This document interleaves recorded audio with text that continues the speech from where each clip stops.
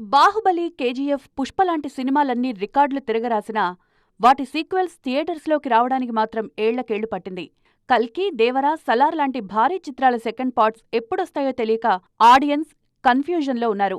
మొదటి భాగం సక్సెస్ అయ్యాక తీరిగ్గా కథలల్లుకుంటూ కూర్చోవడం వల్లే మన మేకర్స్ ఇంతలా టైం తీసుకుంటున్నారనేది కాదనలేని వాస్తవం.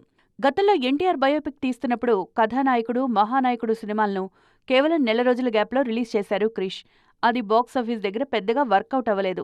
కానీ డైరెక్టర్ ఆదిత్యధర్ మాత్రం ధురంధర్ విషయంలో పక్కా ప్లానింగ్తో అడుగులేసి ట్రెండ్ సెట్ చేశారు. ఏకంగా 14 నెలల ప్రీ ప్రొడక్షన్, 12 నెలల షూటింగ్తో 2 పార్ట్లను ఒకేసారి కంప్లీట్ చేశారు.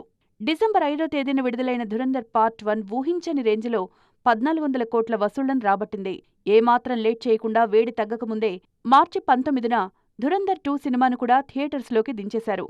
ఇప్పుడది కనీవినీ ఎరుగని రీతిలో ఏకంగా 2000 కోట్ల కలెక్షన్స్ మార్క్ వైపు జెట్ స్పీడ్తో దూసుకువెళ్తోంది.